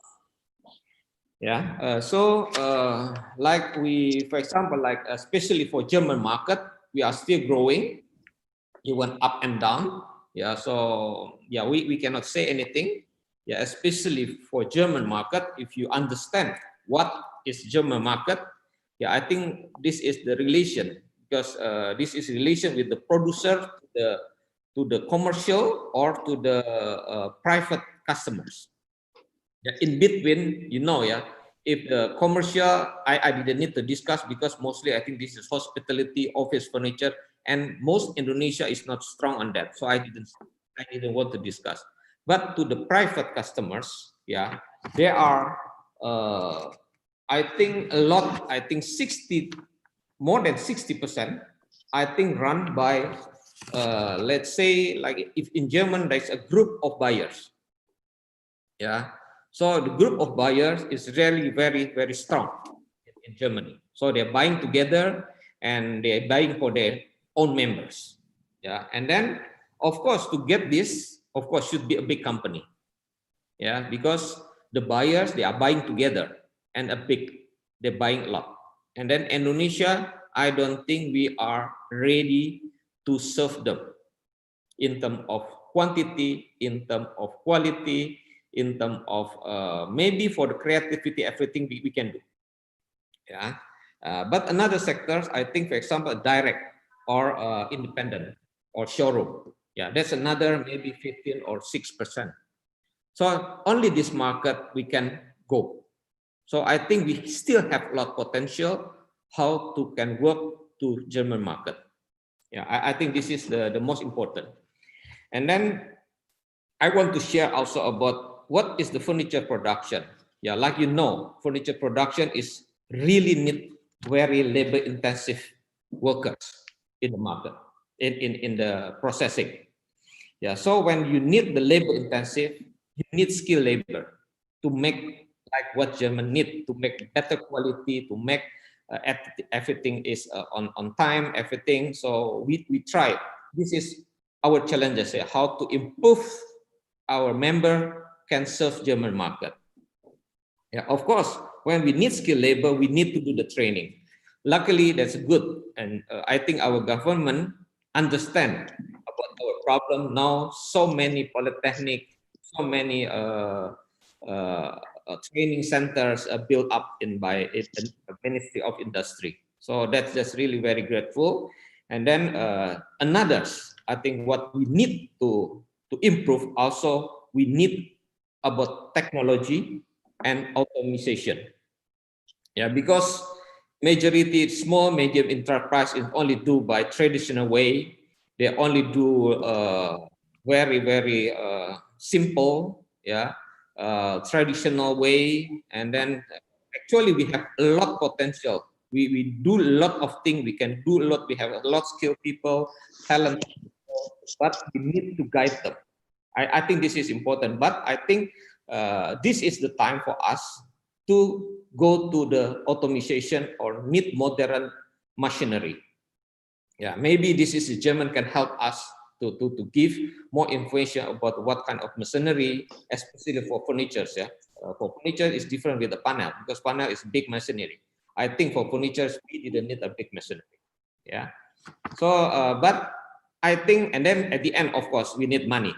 Yeah, to finance, and then again we need requirement support from the government for to make this happen more bigger, like what Vietnam did to their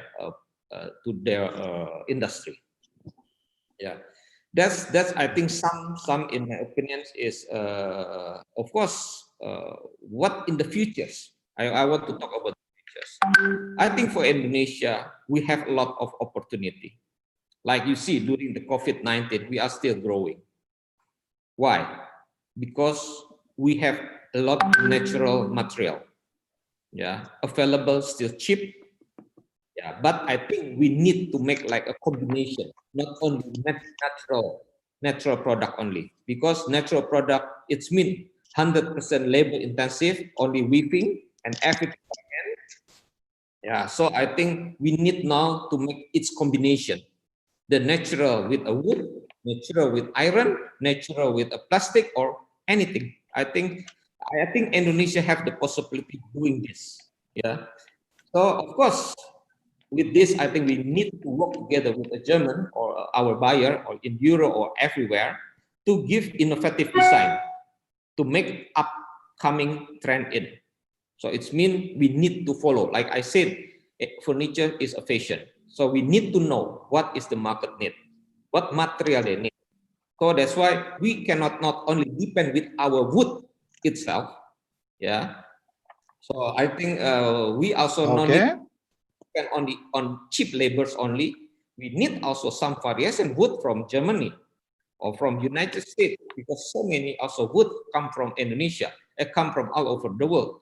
If you see Vietnam, they didn't have wood, but they can make around only 1.9 billion, and then Vietnam can do 11 billion. So that's really honestly make us jealous. Yeah, I think of course to make this is of course we need to make a good quality. We have natural material.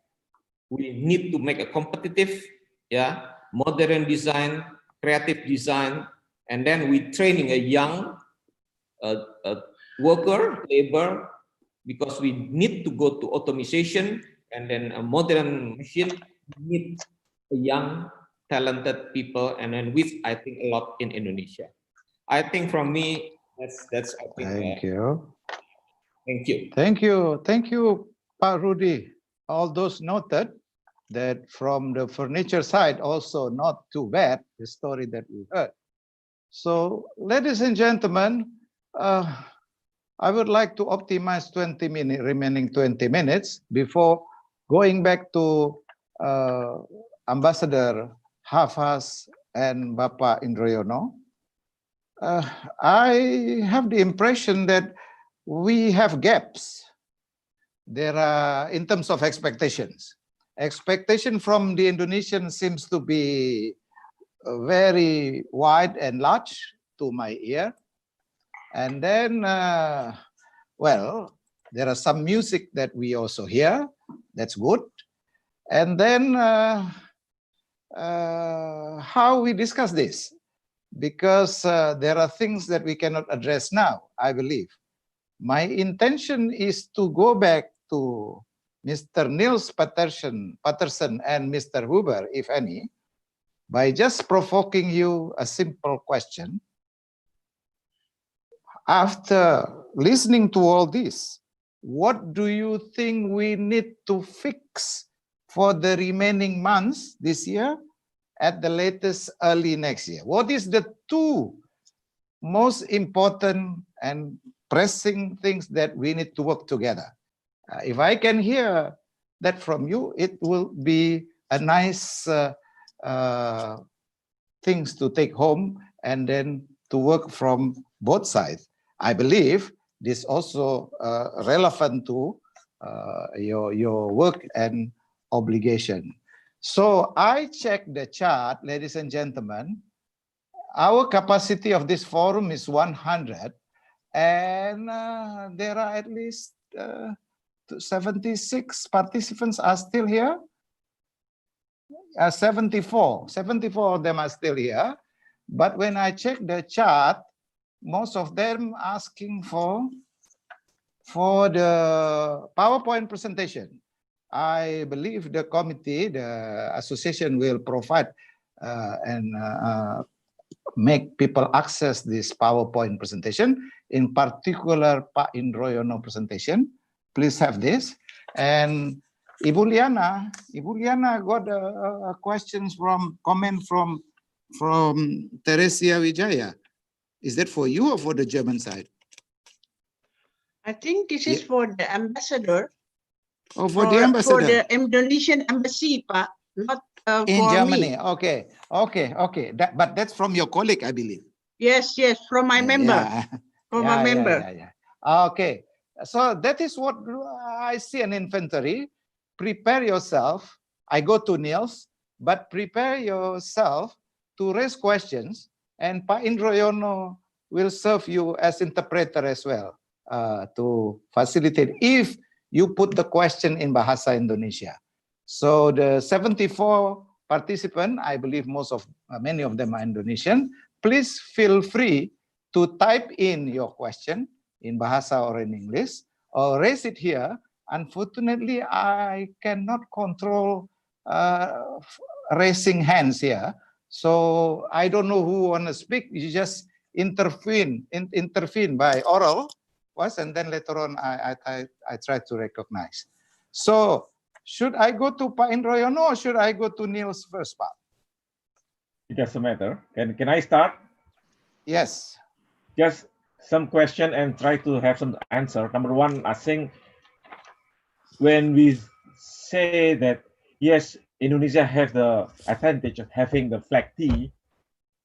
However, in terms of import products coming to Germany, we realize that China and Vietnam are also moving forward. And China is surpassing Indonesia in the data. So I would like to let us discuss what is the advantage of a country with flag tea as compared to a country without flag tea in terms of the German consumer. Okay, this question. Okay, that's the question I like to share with you. Okay. What do you think? Okay, thank you. That's quite a killing questions. Mr. Niels Patterson and Mr. Huber, can you react to that first question and then the question that I posed to you? What do you think that we should immediately attend during the coming few months as well as early next year, please? If you allow, Mr. Huber, I start off with this. Yes. Perfect. Thanks very much for the questions. That's intriguing questions. In fact, Indroyono. To start with that one, I think the major advantage of that Indonesia has compared to, for example, China and Vietnam is the flag tea, and in that is legality, and in that is a huge amount of sustainability as well. I remember a couple of years ago there was a study. I think it was conducted by the PEFC. There was a study about, let's say that study was 5 years ago, roughly, more or less. And that study was about how much in percentage does the flag tea criteria fulfill PEFCs or any other sustainability criteria schemes. And the outcome of that is that, and this is 5 years ago, remember that, the outcome of that was that flag tea in Indonesia fulfills around about 80% of the sustainability criteria of accredited sustainability systems. And bear in mind that that was 5 years ago. And if you advance now to nowadays, if you would conduct that study again, perhaps these remaining 20% even be much less. And that is both a task for you, but also for us to keep on demonstrating the fact that flag tea system conveys a lot of sustainability criteria already. So why not, and this is our task, why not lobby and work on the acknowledgement of flag tea certified timber to being acknowledged as sustainable timber equally to and not just legality. And getting back on what Dr. Liana Suprata said, we're not just working with 16 regional governments, we are also trying to address the federal government of Germany in that, because that obviously abbreviates the process a lot and facilitates the process a lot. Instead of talking to 16 ministries or regional governments, we just talk to one, which might even have a bigger saying in the whole thing, and seeing that it is a federal government in Germany that decides these decisions that might facilitate the process. But coming back now to sustainability, I think that point in flag tea is a major advantage to cut it short. Perhaps Mr. Huber. Mr. Huber, Huber, you want to add something to it? So, thank you. Yeah, what is the reason? The one reason for companies importing from a flag tea country with VPA is that there is much less administrative effort to import to Germany or to EU. That is a big advantage for them. Can you hear me? Yes, yes, clearly. Okay, good. The big advantage is for the companies, because all other importers from all other countries when they import to EU, they have to make the due diligence about the resource they have bought timber. That is a lot of administrative work. And for Indonesia, it's only to with your authority, with the authority of Indonesia, and then they send the information to our authority, and then it's a green lane to import. So it's a much easiest way. We have about more than 5,000 imports from Indonesia, and I think some 100 to 100 or 200 imports were some question. All others came in without any problem, and they only had to fulfill the first the requirements by VPA, and then they can import. That is for the companies very easy in comparison to all other countries, companies from all other countries. But I agree, it is not an advantage in the market, because VPA timber is not known by consumers, not known by public procurement, and not known by consumers. Why we don't have VPA timber until now in public procurement? The one reason is we have only one country still with flag T timber, and there was always a discussion, it should be more countries.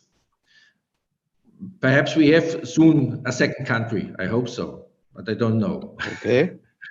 And that was one reason, but I think this is not very satisfying for Indonesia, this answer, because they are the first and they want the biggest advantage. The second one is we are for sustainability. The public procurement of the federal ministries, only of the federal ministries, is based on FSC, PFC or similar. So I was astonished, and I was heard from Liana that she called FSC, PFC as trade barrier. We say if a FSC PFC certification, it's like a green lane, like VPA, but it costs money and it needs some effort.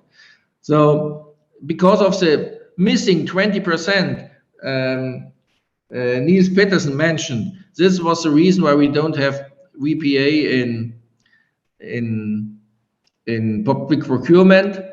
But I think I will talk about this issue in my ministry. I heard it now, which you say it's a problem, and I will talk about this issue in my ministry about VPA and public procurement. But this is a very, very long-lasting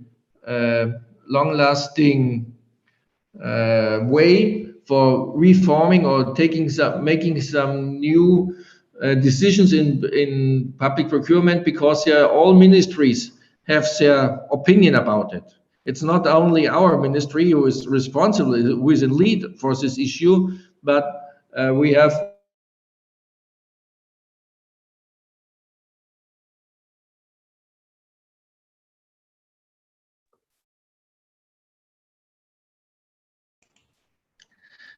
we are not the only ministry, and there are a lot of different opinions between the ministries. So public procurement is a difficult thing. And I would say you shouldn't rely on public procurement alone. That's too difficult. So I think the market of the public procurement is not so big. It's more public. If you do it in public procurement, it's more about a signal for the market. I think that is more important. It's a signal for the market, because most of the timbers bought is not bought by the ministries or also other federal agencies. It's more bought by the private market. So I would say don't rely too much upon public procurement. Efran, Can you hear me? yes, Pak Efran, can I have a continuous question to Mr. Hubert? Hello?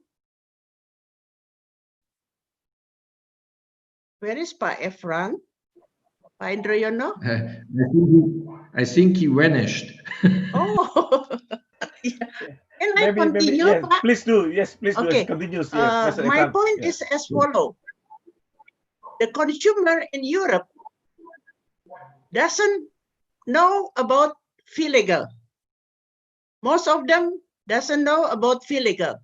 My point is why competent authority in Europe doesn't strengthening their promotion, because that is mentioned in Article 13 of our VPA. That is my point. Thank you.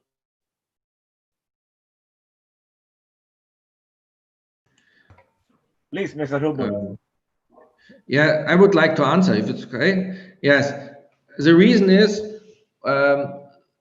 we have only legal produced timber on the European market. That's, of course, that's theoretical, because we know there are also some timber is entering the European market which is not legally produced. But this is a theory. So we say all timber is legally, and illegal timber is not on the market. So there is no reason to decide between VPA timber and timber only with EUTR, coming with where every thing who is imported, every import is checked. So extraordinary. There's extraordinary check for every import. That's the difference. It's more, VPA is more seen in Europe more for the companies who imports. It's much easier to import to Europe and to Germany if you're a VPA country, if you're a FLEGT country. So it's, so in Germany we see it more less than a marketing issue than more technical import issue for the companies. I think we lost Mr. Efran Shah.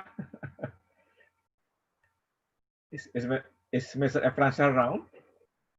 So, Excellency Ambassador, can I just wrap up the meeting today before you have a final conclusion remark, Excellency? Allow me just to read some of the issues that have been noted. So for us, to maybe some idea to be follow up. Number one, I think we realized that issue related to biomass energy between Indonesia and Germany need to be assessed.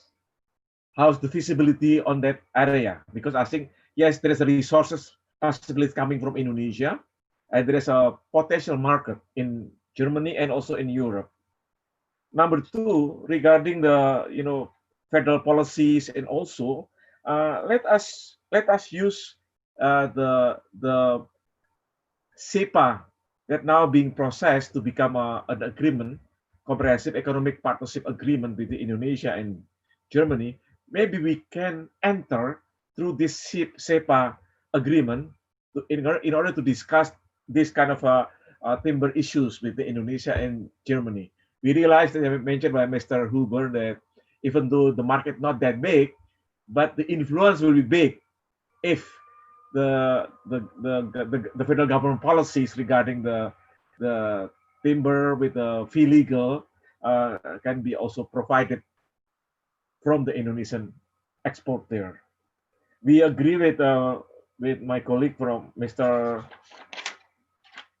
Yan on we might discuss the Econet in Jakarta. Let us also enhance our collaboration with Econet in Jakarta in this area. Now, another issue that will be being taken note here is regarding Albasia. I will discuss this with our 528 members of APHI to try to find possibilities of planting Albasia.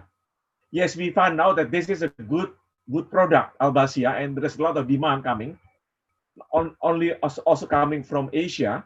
So in Germany, also one of the prospective market for Albasia, and Albasia is not too difficult to be planted, as doesn't take a long time to be harvested. So I think we should work and to use Albasia as one of the target for us. It's fast growing species that can be used as a what call it improved collaboration between Indonesia and Germany. Number three, I think issue of tropical timber. We realize that Germany still accept and enjoy the tropical timbers, but there is two considerations: fee legal and also sustainability. So I think we realize that flag tea is include in it fee legal and sustainability. However, for the moment, we only introduce flag tea as a fee legal. Although within the flag tea, we have so many things regarding sustainability.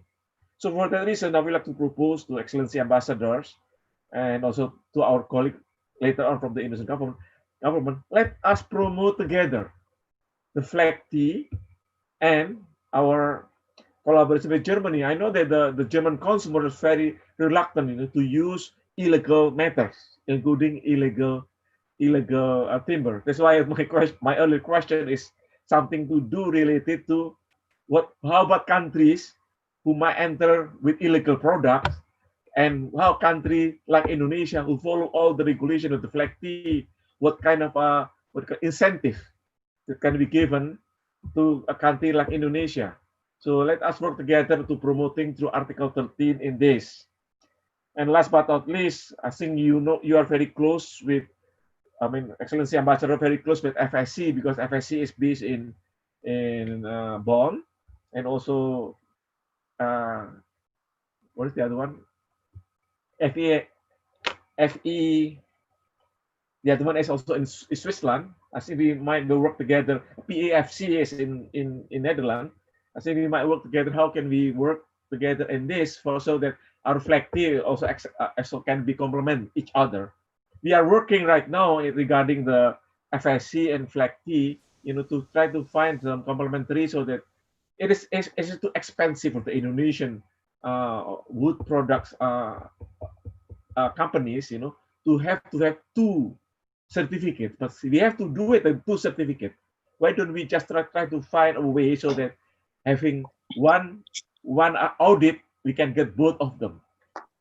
This is and then the last thing is, yes, of course, but Mr. Efransa here already, we find out actually that... Thank you. I'm sorry, my apology.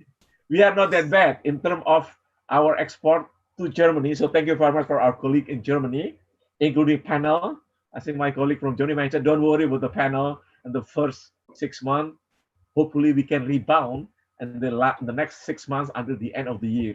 But we find out also today that, the what do you call it, the temporary regulation, which is ruled out SVLK, it's become a quote unquote a difficult market in Europe. And I'm very happy to inform you that yes, this has been revoked. So we should proceed as usual.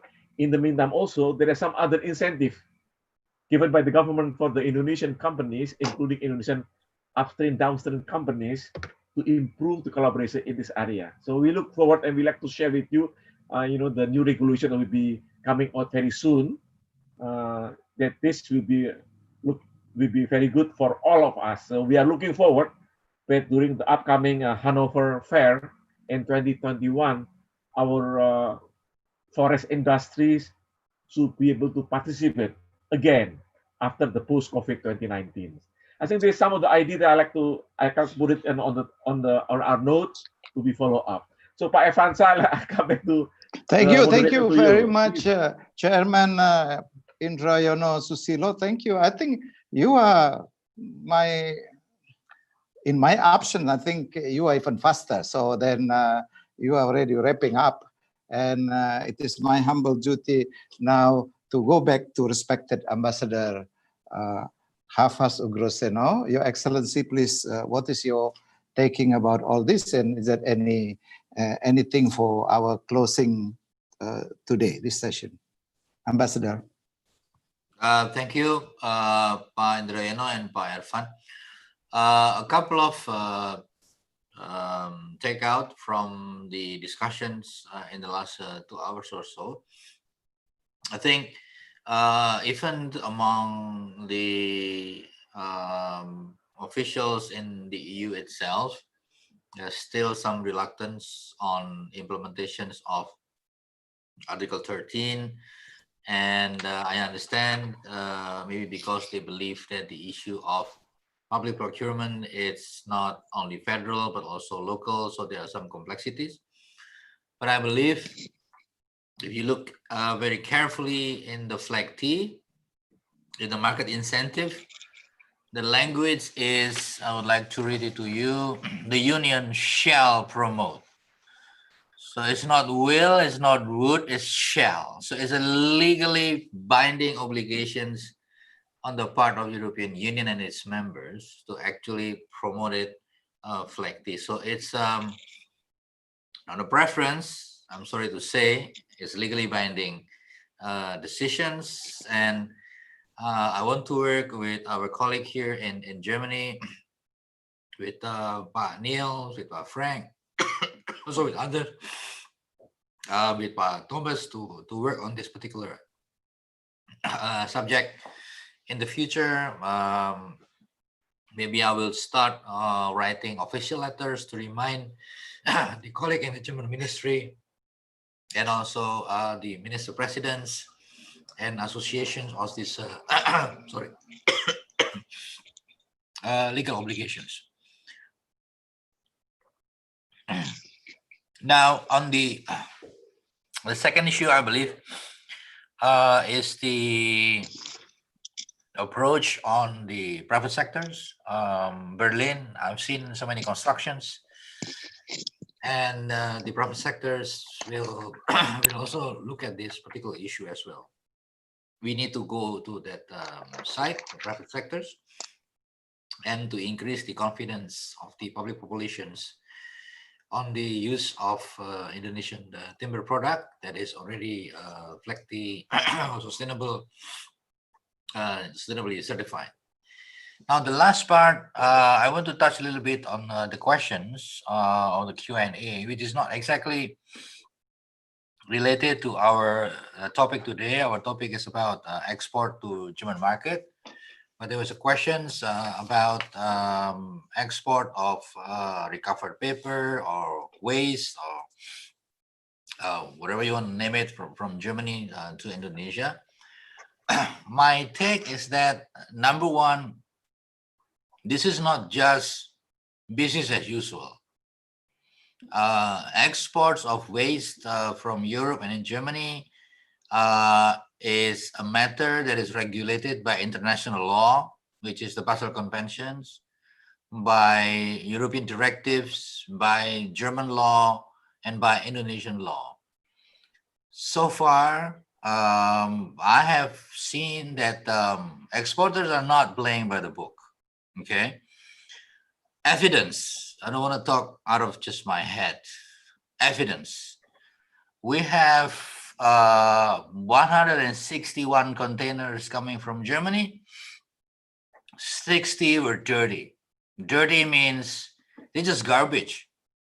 We have seen from my colleague in the customs that in the container, when they open, they have garbage, food, even medical waste. So it's I'm so sorry to say, it's a horrible stuff. Okay.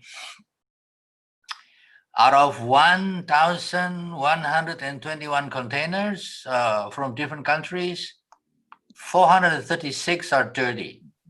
So both counts shows that 40% of import of waste coming to Indonesia are basically garbage. So we were basically being asked to become the landfill of the global garbage, including in Europe. So I have not seen a request from these companies to export to Indonesia in the past. And I have discussed with my colleague in the German Environment Agency. They are very upset. And also the Ministry of Foreign Affairs in Germany, they are very upset. So it is not us who is upset, but also the German government is very upset. The German population is very upset as well. So we have time until October, and we are going to discuss with our colleague in German Environment Agency on how to deal with this much more objectively. Of course, as Ibuliana mentioned, that this under the custom organization, you have the highest code. The question is not highest code or the trading of waste. The question is of people stuffing garbage in the waste that is supposedly claimed as clean and ready to be processed. So there is an issue of criminal responsibility. There is an issue of civil liability as well. And this has not been taken into the picture already. So if you look at the bigger picture, we are often accused of emitting a lot of carbons, okay? But when we import those supposedly clean, recovered waste, which we found that 40% are basically waste, we have to incinerate them because many of them, they refuse re-export. So it means we are also incinerating and creating more waste, more CO2 coming from global, European, and sometimes German garbage. So it is a big picture I want to talk about. I'm not talking about this issue of registration, which is we don't register at all exporters. And we are working with a colleague in Germany, and we are working also with the Indonesian colleague, the Ministry of Forestry. But I think most importantly, we want to understand the EU law, the criminal responsibility, the civil responsibility of EU law, and also the German law as well. And then we will have a very clear procedure on how we guard the process of sending this recycled paper or recovered paper from Germany to Indonesia to be used in the industry. But I think similar with SVLK, there must be a balance between sustainability, environment, and business. So same thing here. We understand the need of the industry, but I think industry needs to look at the fact that some of the exporters are not always nice.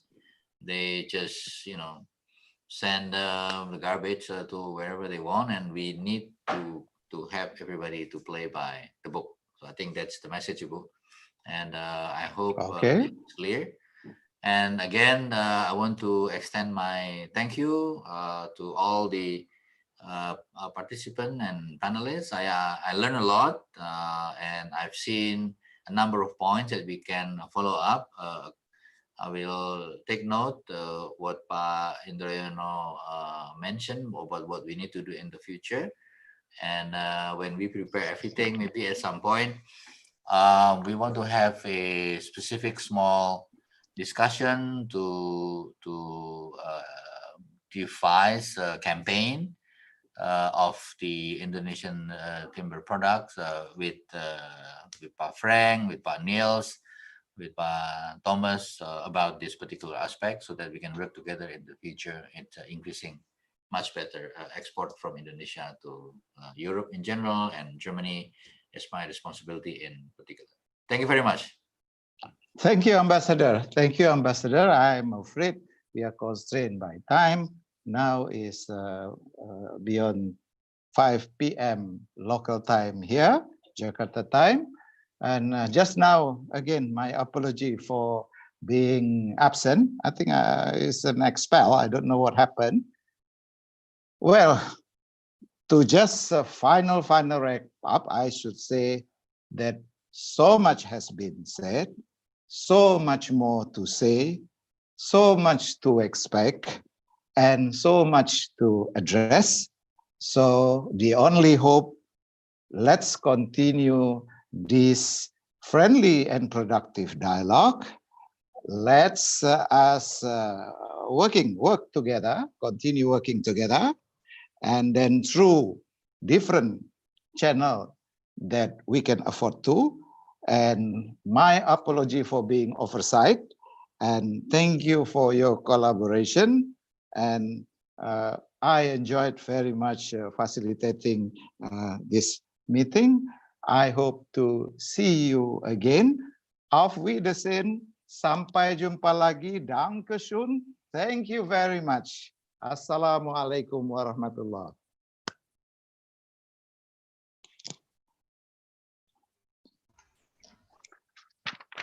Thank you. Ya. Makasih Pak Efran. Matur nuwun, capek juga ya rupanya ya. Capek Pak. Semua Makasih capek Pak Pak. Pur, makasih Pak Hendro. Ya, virtual bisa lebih capek biasanya. Iya, Ya, lebih ya. capek. Makasih Karena Pak duduk Oni. terus ya. Ya, Bu Liana, makasih. Mari. Maaf tadi. Makasih Bu Liana. Telat. Kapan Ya. Bu Liana nraktir saya kopi Bu Liana kalau udah Oke, siap, siap. Rudi